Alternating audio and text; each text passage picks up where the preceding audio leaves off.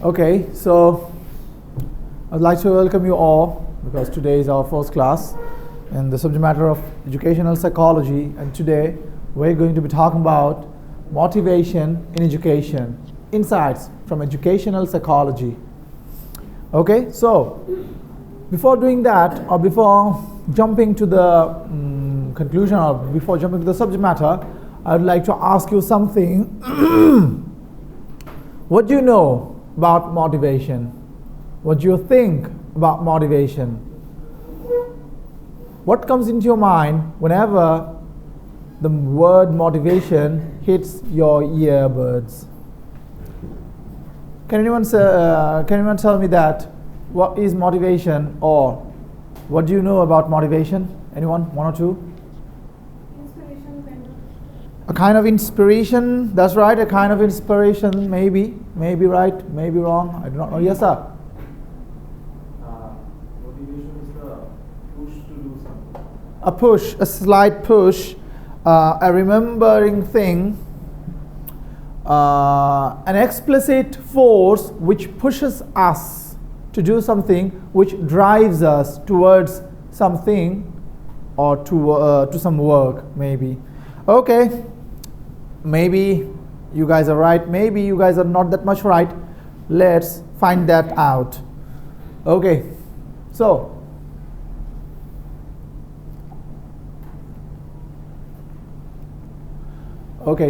what is motivation? The definition of motivation. I would like all of you to write that down. Quick, pen and paper on the table. Everyone, pen and paper on the table, quick. I'd like you to take some notes in the class. I'd really appreciate if you take notes in the class.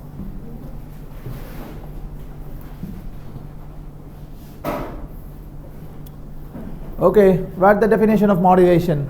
And the definition is by Daisy and Ryan, 1985. Motivation is the internal drive that directs behavior towards achieving specific goal. So here, specific goals are important, behavior is important. Do it fast, please.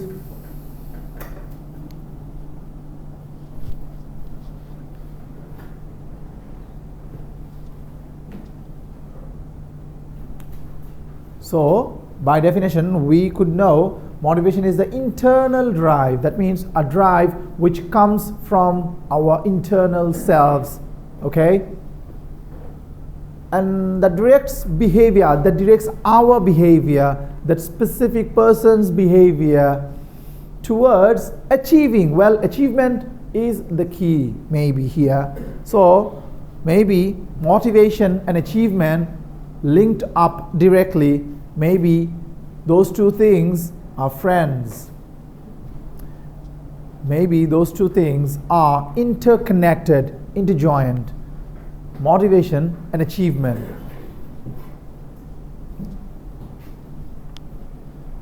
Okay, achieving specific goals. Daisy and Ryan have said it in 1985.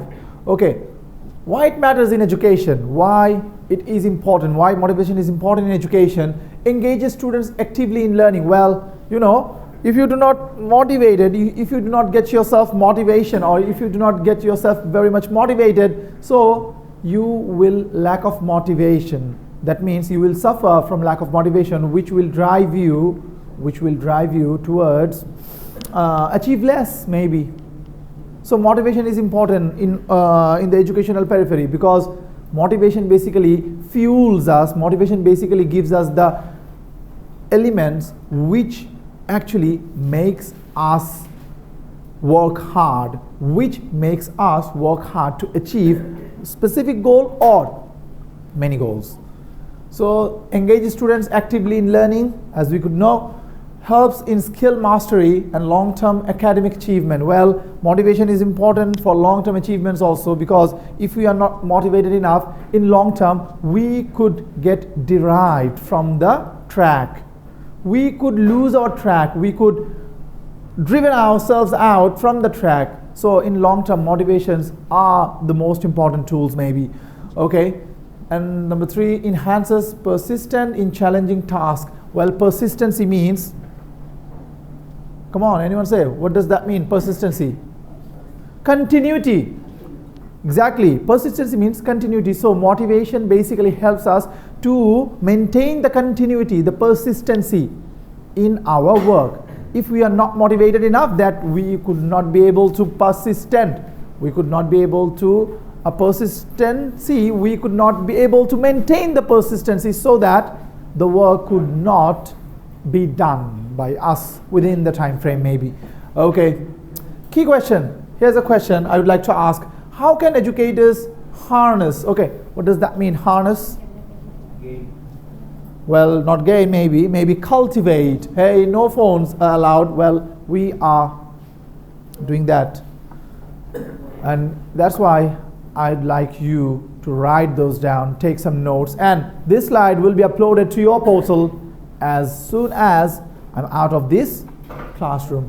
Okay, so key question, how can educators harness, that means cultivate, how can educators harness and sustain motivation in students? So, two important things for motivation. One, it should be harnessed, it should be cultivated, and it should be sustained, because in long run, motivation basically helps us in the long run, most of the cases. So the continuity, the persistency, the sustainability, these are the important things to achieve goals, and motivation should be sustainable, should be persistency backed up.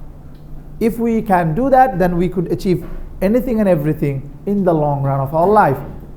Is that clear? Is that clear? Yes. Great. Okay, for example, a student motivated by curiosity may explore science experiment beyond the syllabus. Well, motivation basically gives that push that even if it is not within the syllabus, it's not within the time frame, it's not within the syllabus frame, or it's not important for the examination, still we could achieve that. Okay, so if we achieve that, maybe it's not very much important for our examinations, but we can have that knowledge, and no knowledge is immiscible, no knowledge is unimportant. Every knowledge is important. Who knows, maybe one day for this knowledge I could get myself in a better position, maybe for this knowledge which was not very much of a mandatory for our classroom or for our examinations purpose, but in the long run of our life, maybe this particular knowledge could help me to achieve more, maybe. Who knows? Okay, so that's what motivation is. Okay, types of motivation. There are some types of motivation. Intrinsic motivation, extrinsic motivation. At least those two names I want you to write it down on your papers quickly. So there are basically two types of motivation, intrinsic and extrinsic. Okay, the definition of intrinsic motivation is performing a task for inherent satisfaction. Inherent means within yourself, without having any external pressure or anything. Inherent within yourself. Okay, for example, educational application, fostering curiosity and a love for learning. Well, a person could love learning and he or she could be a better educated person just for love of the learning. Yes, we know some of the people in our society, in our classroom, in our family, in our friend circle maybe, there are some persons who were not been bothered by their grades, rather they've been bothered what are they learning. They love to learn. Notwithstanding the grades, they do not even think about grades. I mean, not that much extensively, but the love for education, the love for learning is presented within his or herself. So basically, that's the perfect example of intrinsic. Intrinsic means within yourself. Okay, in Bengali we could say it obicheddo. For example, a student enjoys solving puzzles for intellectual challenge. Well, there's no solving puzzle examinations in the school, at least from nowadays, but a person, a boy, could love to solve the puzzles. So basically he has the intrinsic motivation, we could say. Is that clear? Okay, so extrinsic motivation, on the other hand, basically the vice versa, the other hand, extrinsic motivation, basically the definition is driven by external rewards, most important thing, rewards, or avoiding punishments. That means reward and punishment. Basically, for the greed for reward or for the fear for punishment, we do some things, okay?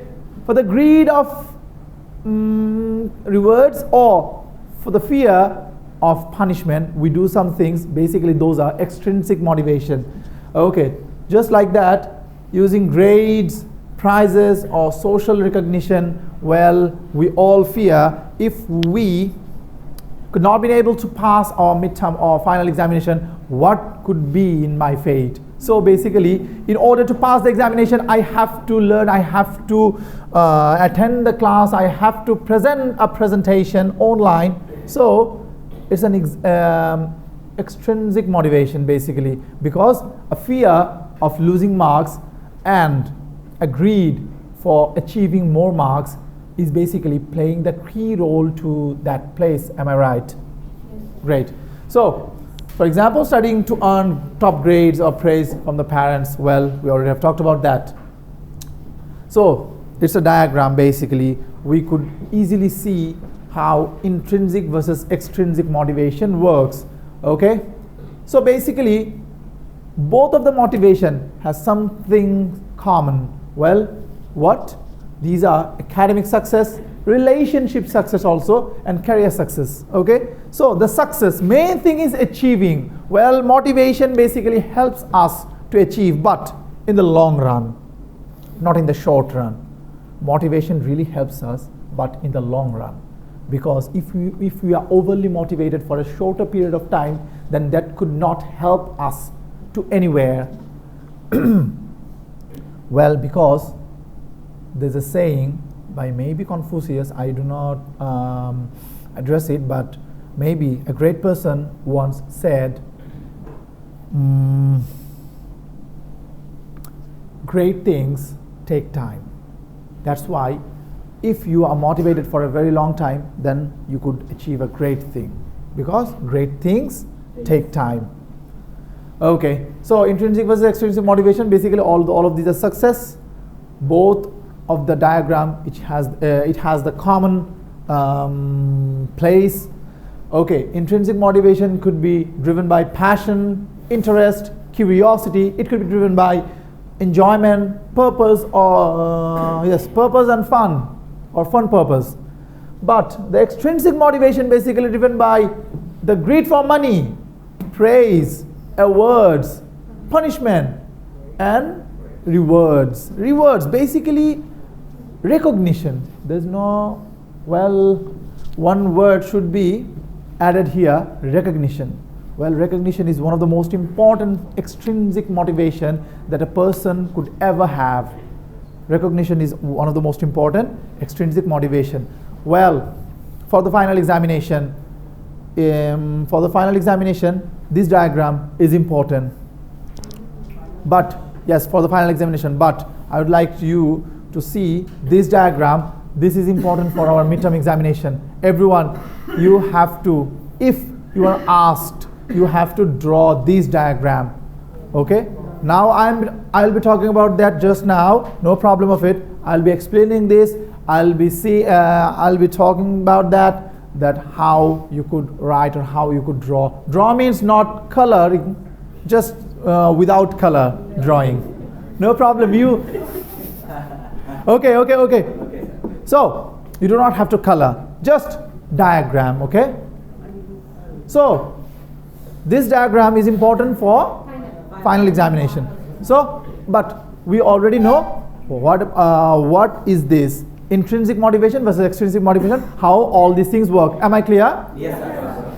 So, Maslow's hierarchy of need, that's one of the most important thing. One of the most. Please everyone, do not ask me for suggestion, because I'm giving away the suggestion. Well, I'm giving away the suggestion in the class. And if you just attended my class, you already have each and every questions maybe. Well, that's another one. Most important thing for the midterm examinations, Maslow's hierarchy of needs. Well, One of the, maybe in our society or in every society in the world, there's a saying, common saying, that human needs have no boundary. Human needs have no boundary. Everyone is needy. Everyone. Even if you have $1 million, even if you have 1,000 crore taka, you need 2,000 crore taka. Even if you have 3,000 crore, you need 4,000 crore. So human needs have no boundary. Okay, but Mr. Maslow, he's one of the most important psychologists. He's one of the most, no photographs. I'd really appreciate if you delete that just right now, quick. So I am uploading this slide to your portal. Wait for at least just 30 minutes. After 30 minutes, this will be uploaded, no problem. Everything is there. I'm 100% sure, yes. Everything is there. Everything is there. Everything is there. Okay, no problem. Okay, so from the next class onwards, maybe I should upload it first, then I should come to the class. Should upload it first, then I should come to the class. Okay, jokes apart. So, what was I? So, Mr. Maslow, he one of the most important psychologists the world ever have. He said, human needs have boundary. Human needs have boundary. It's not like human needs have enormous boundary. Human needs, do not confine itself within the boundary. No, it's not true. So hierarchy of needs. Basically, human or a human being, basically 1, 2, 3, 4, 5. 5 stages, basically, one human being is in need of. Okay? If the 5 need is fulfilled, then the human being has no more need required. It's the Maslow's hierarchy needs. Maslow's hierarchy of needs theory. Okay? So, overview. A 5-tier model of human needs, progressing from basic psychological requirements to self-actualization. Well, these are the tiers and their role in education. Psychological needs, access to food, sleep, and physical comfort. That's the basic. Number 1. That means, well, 1, 2, 3, 4, 5. The numbering process, the chronological process is the most important thing here, because one after another, one is fulfilled, then another need should occur, not before that. Okay, even if in our real life also. Okay, I'll be talking about that in the later part of the class also. Okay. So psychological needs, access to food, sleep, and physical comfort. Safety needs. Then if psychological needs met its end, we say our needs met its end. That means it's a phrase that means fulfilled, the promise of fulfillment. If psychological needs met its end, that means it's fulfilled, then the safety needs occur. Safety needs, feeling secure in the classroom environment, or in the classroom, or maybe not in the classroom, maybe in society also. Okay, then belongingness and love, peer and teacher relationship. Peer means our group work, and teacher for our teacher-student relationship. If the teachers and students relationship is great, then the learning methods or learning pedagogies would work really great. Okay, then esteem needs, recognition, self-respect, then the self-actualization, achieving one's full potential. It basically, Maslow's hierarchy of needs, basically we designed it. It basically a social theory, but we designed it in the educational psychology background. Okay, but in general, you need not to talk about this educational psychology. If you just, okay, in the midterm examination, let's talk about exam. If it comes, draw the Maslow's need of hierarchy. You need not to, if you can, then it's great. In the light, under the light of educational psychology, if you can write these, that would be great. But if you cannot write these, just write those needs and draw these diagram and explain those strata, explain those floors according to the social justice, according to the social norms. No problem, I'll be giving you the number. Okay, so it could be easier if you can do that in under the light of psychology, under the light of educational psychology. That would be great. But if you cannot do that, just explain within the social periphery or social status. No problem. I'll be giving you the number. Okay, let's talk about the hierarchy of needs. Okay, the basic things. That's the basic. That's the root. Okay, psychological needs: breathing, food, water, shelter, clothing, sleep. These are the basic human needs. If that is fulfilled, that meets its end, okay, then the safety and security occurs. Well, safety and security means health, employment, safe health, safe employment, property, family, and social ability. Property, family, social ability basically gives us the sense of safety and security. Then the love and belonging, basically. That's one of the most important needs. Okay, if these two are fulfilled, then the third one is occurred. But if these are not fulfilled, then these will not occur. Well, that's why we basically say human needs maintain no boundaries, because we can't basically, in most of the cases, we can't basically meet these ends also. We can't meet these ends also. Maybe some of us are unemployed. Some of us maybe do not have family or social ability. So how could I say I want love and belonging? Well, this position, I just didn't meet my end. So how could I expect I could jump to the third stage? So the third stage is love and belonging. After safety and security, our psychology, our body, our mindset needs love and belonging. Well, friendship, family, intimacy, sense of connection between human beings, connection between family members, maybe connection between our beloved ones. Then if that does fulfill, then the fourth need occurs: self-esteem. Yes, confidence, achievement. Well, basically, see, achievement is in the third or in the fourth stage. Psychological needs is fulfilled. Psychological needs. If your psychological needs met its end, then the safety and security occurs. If your safety and security and psychological needs both met its end, then the love and belonging occurs. If those three met those ends, then the fourth, self-esteem, occurs, where the achievement, respect of others. Basically, we need respect of others. We want respect of others, but after food, water, employment, and family, not before that. Okay, so maybe some of us could think, well, respect of others, that means I want everyone to respect me. Where is it? Which stage is it? It's in the fourth stage, not before clothing, not before family, not before employment or health. If you are ill, if you are not in a healthy position, if your health is not correct, if you are a cancer patient, what would you do with the self-respect? What would you do with the respect of others? Am I right? Right. Okay, the self-esteem, the need to be the unique individual. See, that's in the fourth stage. Well, the need to be a unique individual, individualism, individuality, basically. So that's the question.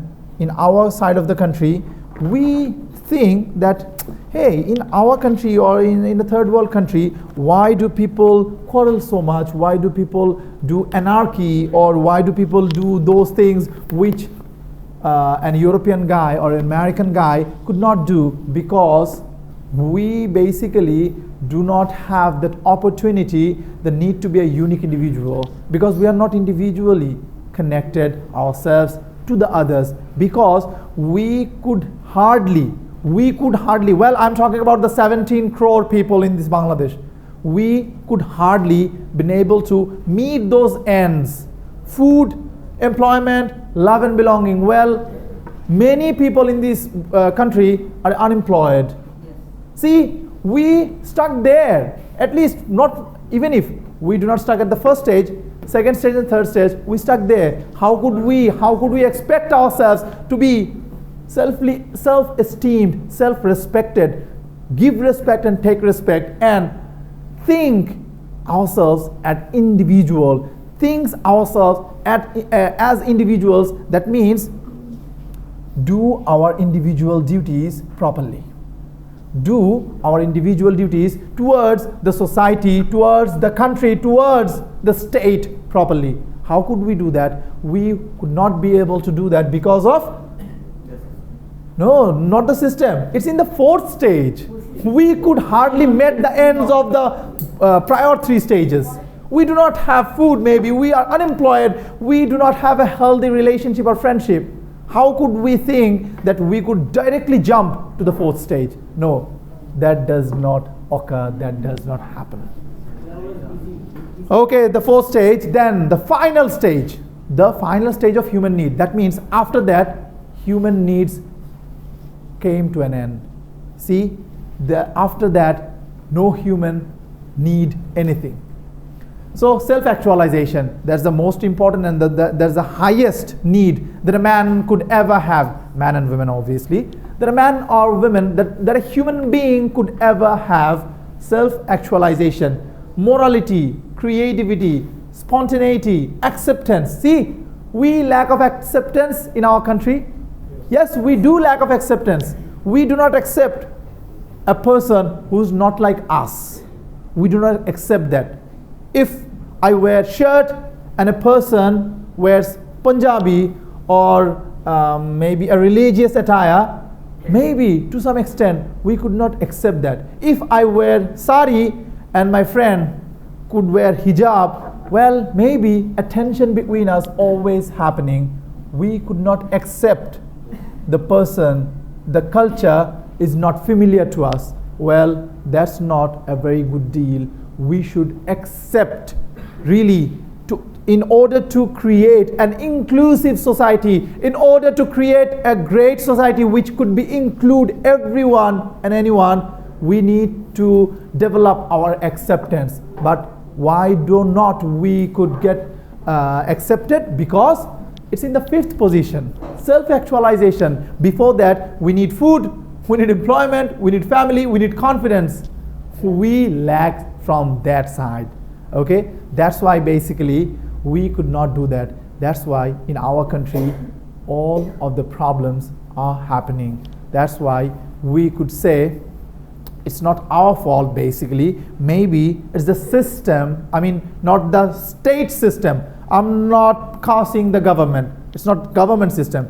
Maybe it's a societal system, society system that basically creating a hindrance towards us to achieve those stages, self-actualization, because that's the highest need. Well, acceptance, experience, purpose, meaning and inner potential. Well, some of the critics, some of the psychologists have argued religion. Hey, some of the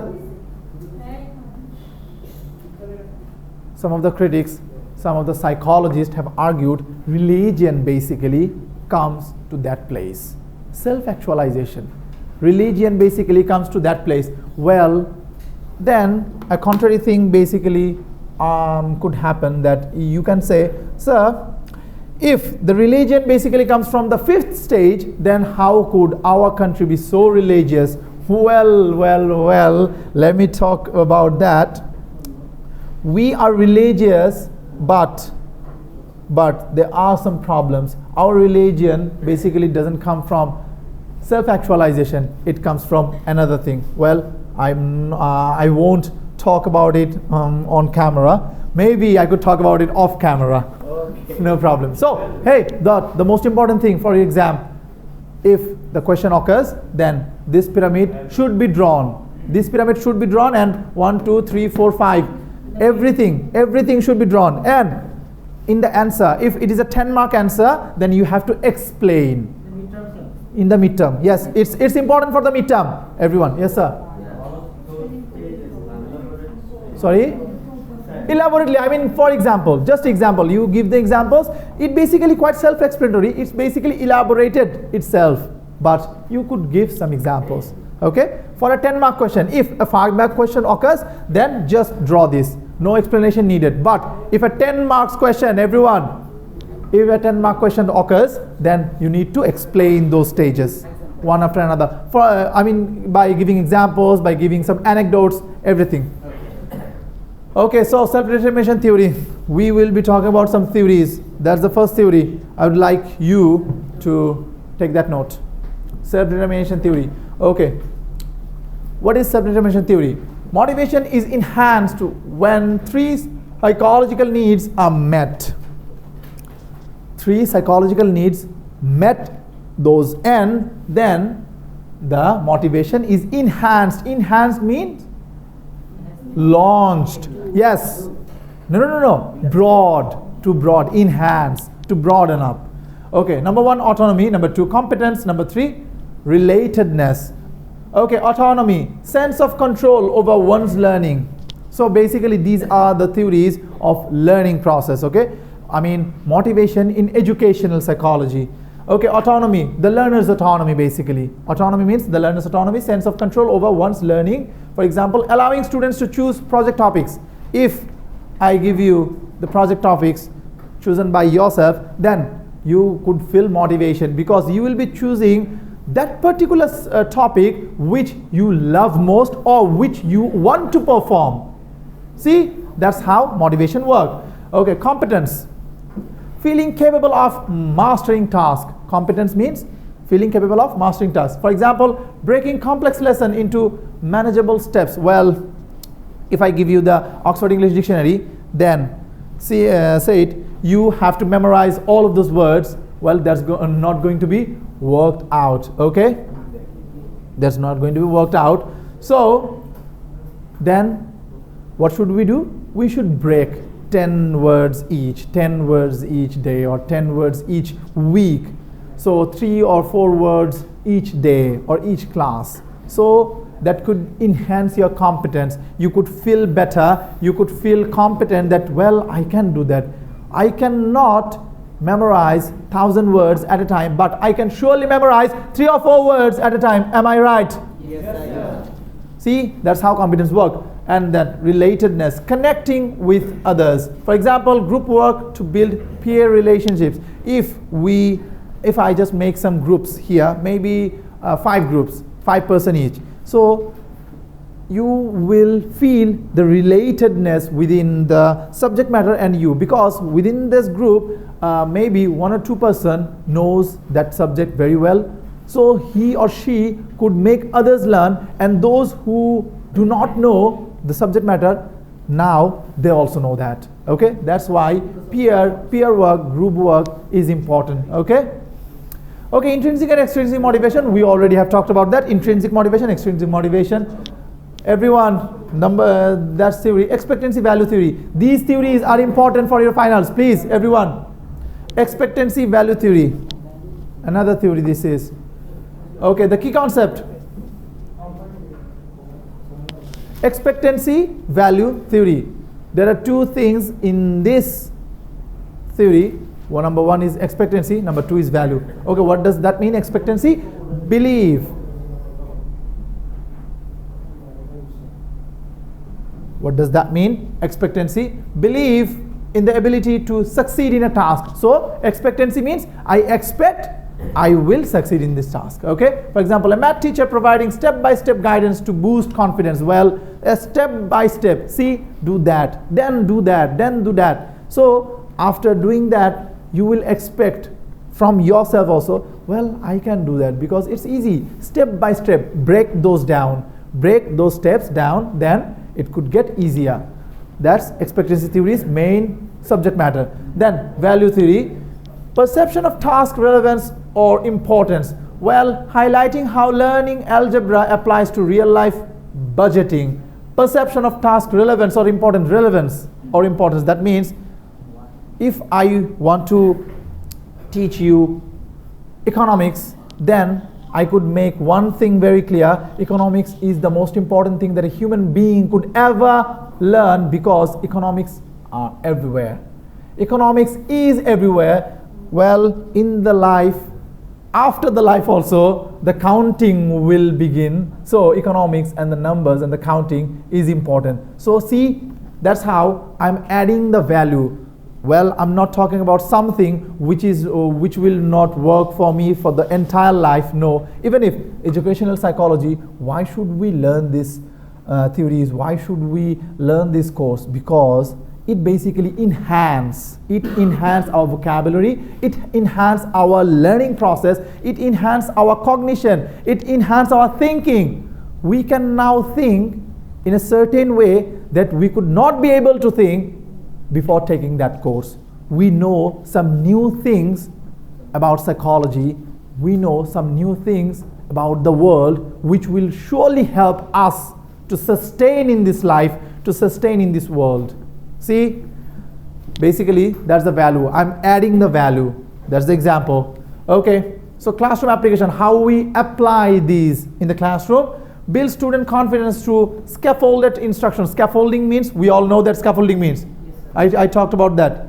Helping. Scaffolding means basically the help, outside help. That's right. So build student confidence through scaffolded instruction. Well, first of all, in the classroom, I came in and then I asked, what do you know by motivation? See, I picked 2 answers maybe. So that's the scaffolding. That's the prerequisite qualification. That's the warm-up activity.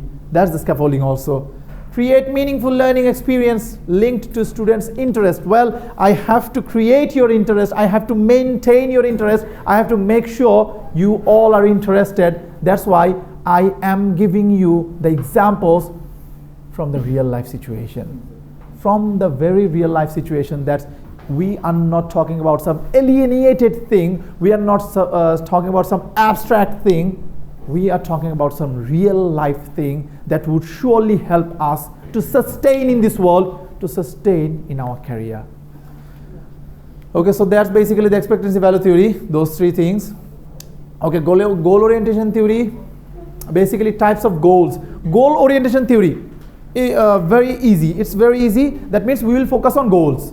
We will be focusing on our goals. Okay, mastery goals. Aim to improve and learn new skills. Okay, example, a student reattempting a challenging math problem to understand it fully. So mastery goal, that means I want to master, I want to learn properly. Master means learn properly. Okay, performance goal. Mastery goals mean I want to learn it very much properly. Very much properly. Okay, performance goal is aim to demonstrate competence, relevance in others. See, studying to achieve the highest grade. So performance goal, that means I will be focusing on my performance. Mastery goal is I will be focusing on my skills. See, that's the basic thing. Okay, impact on motivation, basically. Mastery oriented goals foster intrinsic. Okay, mastery oriented goals basically focus on intrinsic, and performance oriented goal basically focuses on extrinsic. These are basically very much, easier thing, goal oriented theory. Okay, strategies to enhance motivation. That's one of the most important things that we should all know, because we have to enhance our motivation in order to survive, in order to make a good life. Okay, set clear and achievable goals. Use SMART criteria. SMART, I would like you to write that SMART thing. SMART means specific, measurable, achievable, relevant, time bound.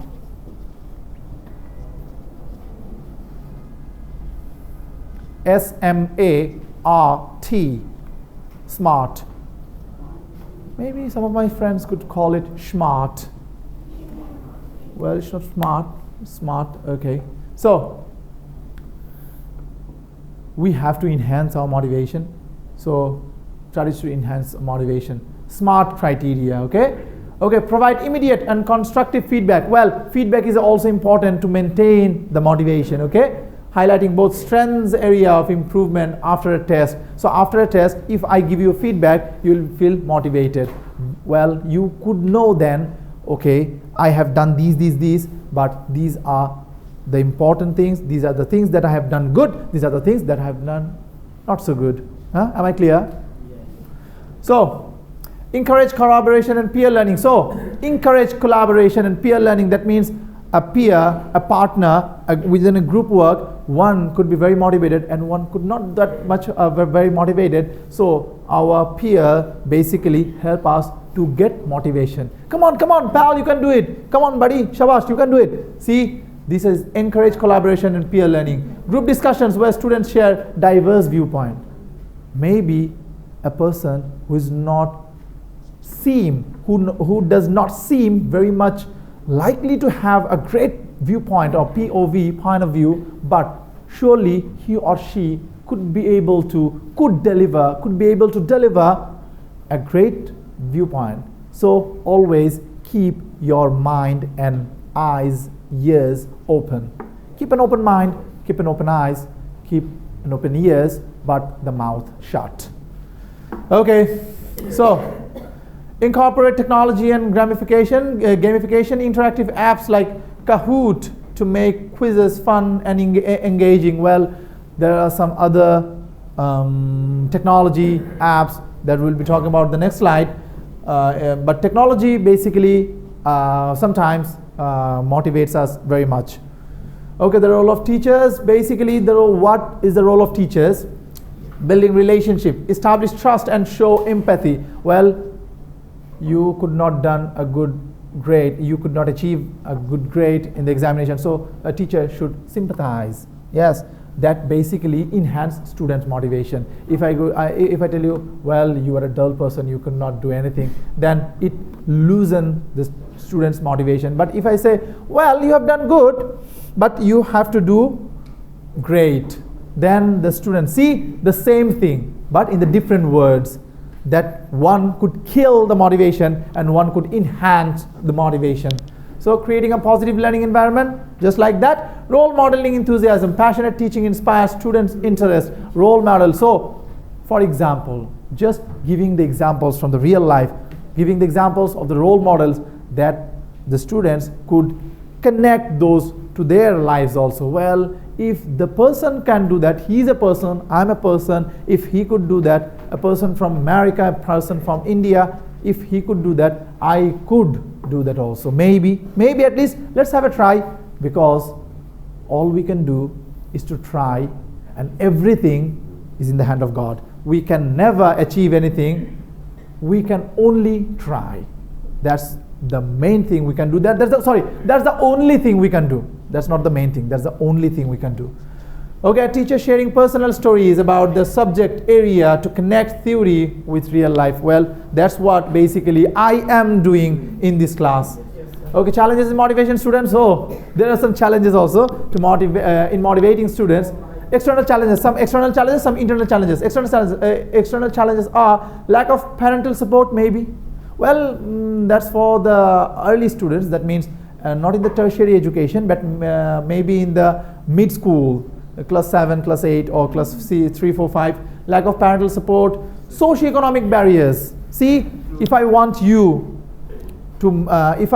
to make you learn person, if I want to give you the hierarchy model of Maslow, and if I want to talk about Mr. Maslow, maybe he's not dead, he's present. So if I just want him to come here, I have to pay, but our socioeconomic barriers will always play a vital role, or socioeconomic barriers basically creates a vital role. Maybe a person, a student, one of my students maybe have not done his or her breakfast because of lack of money. So how could I make him learn in the classroom if he or she have an empty stomach? See, no motivation will work. He or she doesn't have any food. How could I make her learn socioeconomy? How could I make him learn or her learn educational psychology? He will tell me, well, give me some food. To hell with your educational psychology. Right. No, really. That's why Maslow's hierarchy of needs plays a vital role. That's why it's very important. Okay, some overcrowded classrooms. Basically, that's one of the most important problem that we have not learned English yet because of overcrowded classroom. One English teacher and many students. I'm talking about the grammar classes. I'm talking about the classes 8, 9, 10 in the schools. So one class contains 100, 200 students. I was in a class in the 11th. Our class has a students 315. 315, but at least 200 students come regularly. Well, yes, who were present? Well, to be very honest, I was none of them. I was none of them. I was from the later part students. So see, how could I maintain a class? How could a teacher, one teacher, within the 40-minute barrier, within the 40 minutes barrier, a teacher could make 200 students learn English. 200 students learn how to write. Make 200 students learn how to properly use tense or subject-verb agreement. How? So overcrowded classrooms are one of the most important problems, just like our third world overcrowded country, Pakistan, India, Bangladesh. See, that's the external challenges that a teacher, basically challenges in motivating students, basically that a teacher faces. Then internal challenges, procrastination, maybe. Procrastination means olosh. Maybe a student could be olosh enough to procrastinate, to delay, maybe a lazy. Well, not lazy. Lazy is a good word. Olosh could be a great word. A fear of failure. Well, lack of confidence. A student could be shy person. He or she could fear, if I fail. Well, that basically lacks lack of confidence. Low self-efficacy. That means, another form of low confidence. Low self-efficacy. That means he believes or she believes, I could not do good. Maybe I could not do good. Well, that's basically a great challenge that a teacher faces in order to motivate students. Okay, teacher addressing procrastination by helping students create a study timetable. Well, see, if there's a problem, there should be a solution. For procrastination, teacher should tell the students, well, make a timetable, quick. Yes, if you make a timetable, that you could not make delays. You could not procrastinate. Okay, case studies. There are some case studies, so that's not very much important, but we'll be talking about that for the finals. That's not none of the important things should be talked about. Okay, technology and motivation. Everyone, examples of educational technology. Everyone. So adaptive learning platforms, just like Khan Academy or 10-minute schools, basically that motivates us a lot. Those interactive or adaptive platforms. Collaborative tools like Google Classroom. See, if I create Google Classroom, if I just make you subscribe, Khan Academy, or I pay for you guys to subscribe Khan Academy, that will motivate you, because you will say, hey, sir basically has paid for us, so at least one video I should watch. At least one video. Huh? Yes. At least without watching new movie trailer maybe from Bollywood or from Hollywood, I should watch one 10-minute Khan Academy video on tense maybe. That could really motivate you. See, so I'm using technology to motivate you. See, that's what the examples are. Okay, the benefits. There are some benefits. Personalized learning. These Khan Academy, Google Classroom basically offers us the personalized learning. Immediate feedback. Immediate feedback also occurs. Well, I want you to know one thing. So the real life example, if my student has an empty stomach, if my student has not slept the last night, how could I make him or her motivated so that he or she could learn these slides? Many of you maybe are facing sleepy heads or feeling drowsiness or nausea because of late night sleep last night maybe. Maybe she's one of them. So see, the real life examples are there. You haven't fulfilled your sleep cycle, everyone. You haven't fulfilled your sleep cycle. How could you be able to learn those things? You will not feel motivated because you haven't slept. Just like her maybe. Okay, so immediate feedback, basically those, gives immediate feedback and increase engagement through interactive media.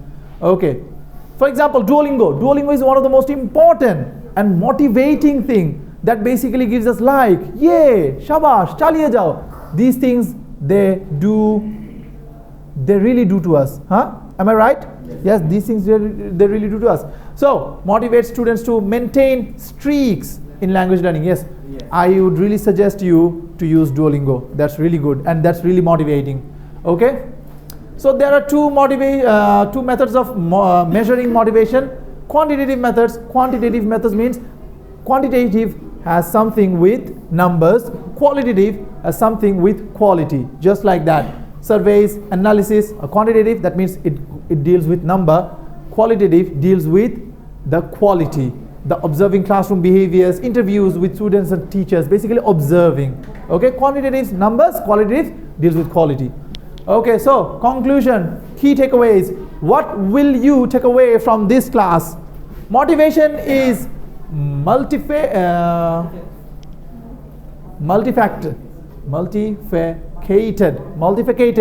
and essential for academic success.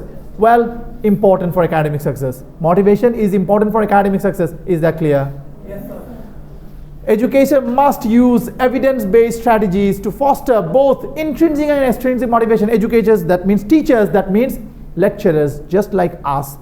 Basically, this slide, I am teaching you guys, but these slides basically are dealing with me, us. It basically deals with the educators. Hey, do you know why we are basically making you learn that? Because we believe you will be the future of the educators. Yes, you will be the future educators. So I want you to know how will you motivate your students in order to achieve good grades, in order to have a good life. So final thought, motivation is not about pushing students harder, but about lighting a spark that keeps them learning. Lighting a spark mean? Yes, just like putting a match. Yes, just like that. So basically motivation means do not push students too much. Do not push students. Do not make her wake up. If she wants to sleep, she should be able to sleep. So, but you just click a spark within him or herself so that he or she could run herself up. Okay, so there are some references books that I used to make that slide. You can always go and check, no problem of it. So that's the end. Thank you for today's class.